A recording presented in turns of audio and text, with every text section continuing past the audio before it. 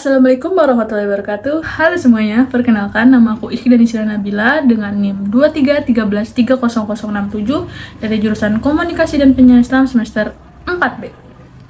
Kali ini seperti biasanya aku akan merangkum ataupun mengulas materi kemarin dengan teknik learning journal yang sudah ditugaskan oleh dosen pengampu mata kuliah berita dan artikel, yaitu Bapak Dr. Adi Kusuma SIKOM MSI.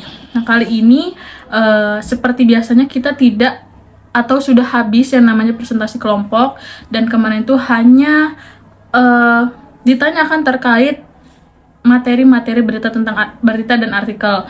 Dan selain ditanya terkait berita dan artikel, kita juga menyiarkan atau memberikan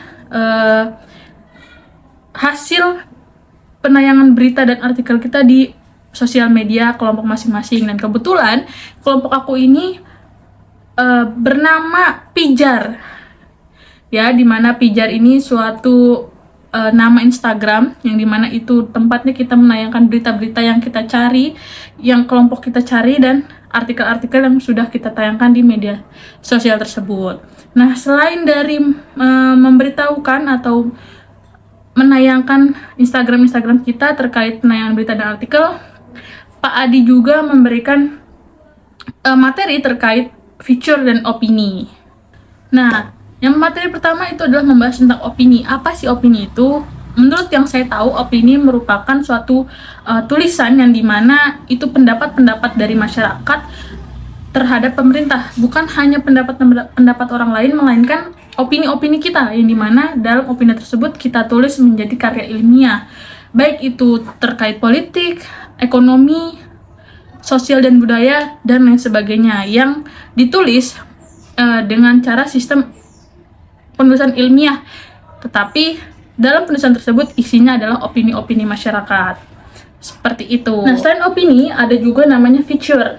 Yang sepengetahuan saya, feature itu merupakan suatu tulisan perjalanan yang dimana suatu tulisan karya tulis, nggak ilmiah, bukan ilmiah, tetapi karya tulis yang bisa dibilang kalau di berita itu namanya soft news, yang dimana tulisan ringan mencakup tentang perjalanan-perjalanan atau hasil perjalanan kita yang ditulis menjadi tulisan karya, seperti itu. Itu dinamakan dengan feature.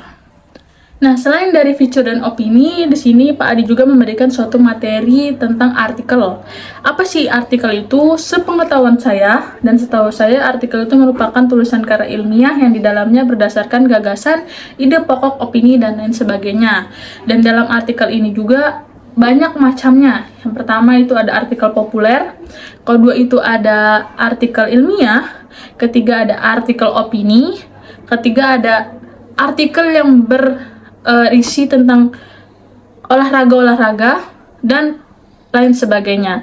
Artikel juga di sini bukan hanya penulisan ilmiah, tapi artikel itu adalah tulisan yang dimana kita bisa meluangkan ide-ide gagasan kita ke dalam tulisan artikel tersebut. Jadi artikel itu nggak hanya artikel ilmiah, tetapi artikel populer, artikel yang soft gitu, yang ringan-ringan, itu juga bisa dikategorikan dengan penulisan artikel.